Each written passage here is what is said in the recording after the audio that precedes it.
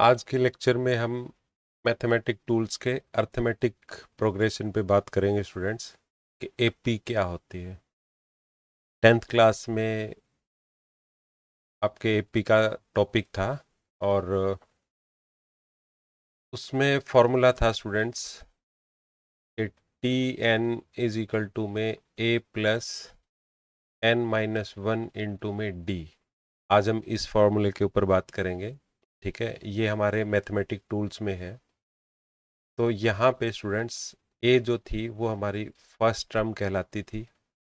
N N का मतलब कि कौन सी भी नंबर की टर्म है, और डी जो था वो हमारा था कॉमन डिफरेंस। ठीक है स्टूडेंट्स, तो ये फॉर्मूला बना कैसे और अर्थमेटिक प्रोग्रेशन का मतलब क्या होता है उस पर हम बात करते हैं। मान लो कि हमने कोई एक सीरीज ली स्टूडेंट्स। ठीक है, सीरीज मान लेते हैं कि 3, फिर 5, फिर 7, 9 एंड सो ऑन। ठीक है स्टूडेंट्स, इसको हम बोलते हैं सीरीज। यहाँ पे हमने बीच में कोमास डाले हैं। अब आप देखें, ए को कहा जाता है स्टूडेंट्स फर्स्ट टर्म। ठीक है, और अब आप ध्यान से देखें 3 और 5 के बीच में एक कॉमन डिफरेंस है। ठीक है, जिसको हमने सी डी से डिनोट किया था। फिर 5 और 2 के बीच में भी एक कॉमन डिफरेंस है। फिर 7 और 9 के बीच में भी एक कॉमन डिफरेंस है, 2।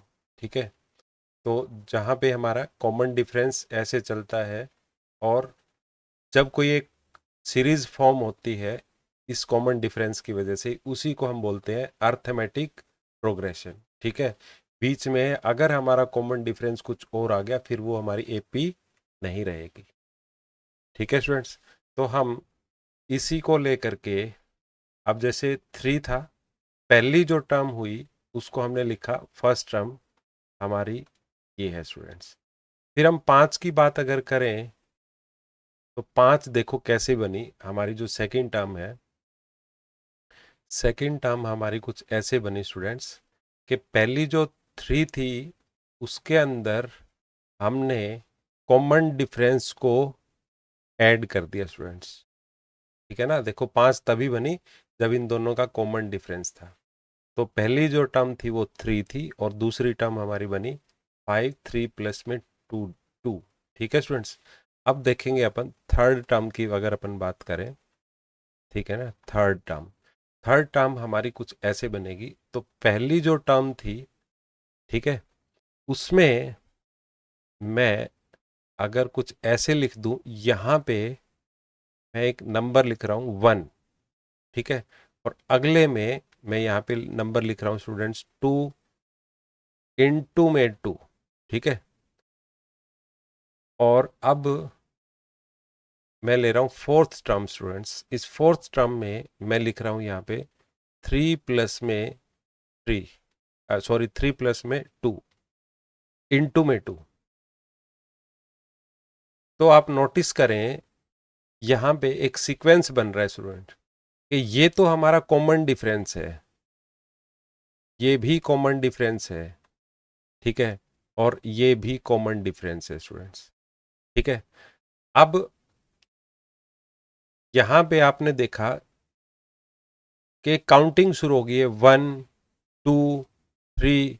इससे आगे वाले की अगर मैं बात करूं, अगर मैं 11 लूँ स्टूडेंट्स, उसमें आपको क्या लगेगा 3 प्लस में 4 इंटू में 3। ठीक है, तो अब आप ध्यान से देखें, सॉरी 11 नहीं, यहाँ पे 12 आएगा। ठीक है ना स्टूडेंट्स, नहीं 11 नहीं आएगा। और मुझे यहाँ पे 3 नहीं, कॉमन डिफरेंस 2 लेना पड़ेगा। ठीक है, मैं थोड़ा सा पजल हो गया। अब आप देखें, ये तो हो गया 8 और ये हो गया 3, तो 11 हुआ। ठीक है स्टूडेंट्स, अब आप ध्यान से देखें, ये है हमारी फर्स्ट टर्म, ये है वो काउंटिंग वाला नंबर 1, 2, 3 और फिर 4, और ये है स्टूडेंट्स कॉमन डिफरेंस। ठीक है, तो अब आप ध्यान से देखें, इसको मैं कुछ ऐसे भी लिख सकता हूँ। ए, दूसरी जो टर्म हुई मेरी ए प्लस में डी, फिर मैं लिख सकता हूँ इसको a प्लस में 2d, फिर इसको मैं लिख सकता हूँ a प्लस 3d, और इसको मैं लिख सकता हूँ स्टूडेंट्स a प्लस 4d। क्या आपको बात समझ में आई? ठीक है ना, यही तो हमारी एपी होती है स्टूडेंट्स। ठीक है ना, पहले ए से शुरुआत की हमने और हम इसको आगे तक लेकर के गए। ठीक है, अब आप नोटिस करें, ये तो हमारी फर्स्ट टर्म हुई, ये हुई स्टूडेंट्स सेकंड टर्म, और ये हुई हमारी थर्ड, और इस तरह से ये हमारी फोर्थ, फिफ्थ। ठीक है, इसमें ये जो n है ना स्टूडेंट्स, इस n का मतलब होता है कि first term, second term, third term, fourth term, fifth term. ठीक है, अब अगर हम नोटिस करें स्टूडेंट्स, यहां पर हमारा जब हमारी सेकंड टर्म थी तो स्टूडेंट्स यहाँ पे 1 था, और जब थर्ड टर्म थी तो इधर 2 है, और जब फोर्थ टर्म थी तो इधर 3 है, और अगर इधर फिफ्थ टर्म थी तो यहाँ पे हमारा 4 है, यानी कि एक कम हो रहा है। ठीक है स्टूडेंट्स, अगर मैं इसी चीज को लिखूं कि भाई मुझे ये पता करना है,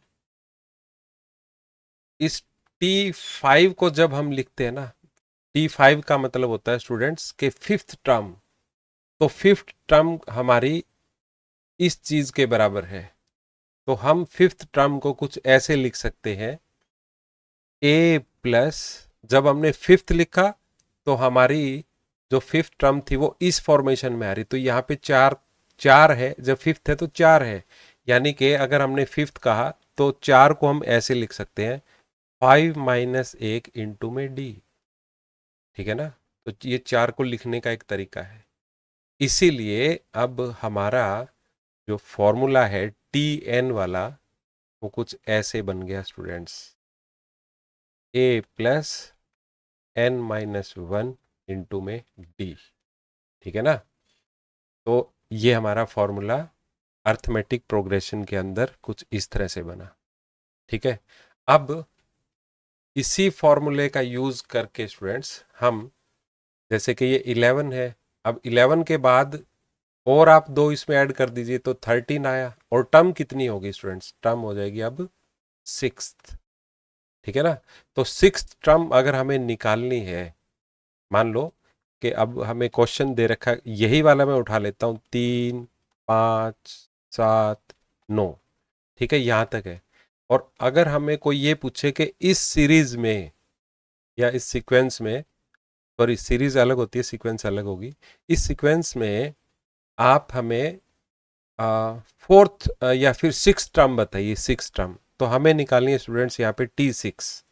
तो T6 का मतलब ये होगा कि ए तो है हमारी 3, और अब 6 उसने पूछी है तो 6 माइनस 1 कर देंगे, और इन दोनों का कॉमन डिफरेंस कितना है, 2। ठीक है ना, तो कॉमन डिफरेंस हमारा क्या आ जाएगा स्टूडेंट्स, ये होगी 5। ठीक है ना, तो 3 प्लस 5 इंटू में 2 इज इक्वल टू में 13, तो देखो आप 13 ही आ रहा है। ठीक है ना, तो यहाँ पे आपने अर्थमेटिक प्रोग्रेशन के अंदर ए क्या होती है, डी क्या होगी, तो इससे आप एक सीक्वेंस निकाल सकते हैं। ठीक है स्टूडेंट्स।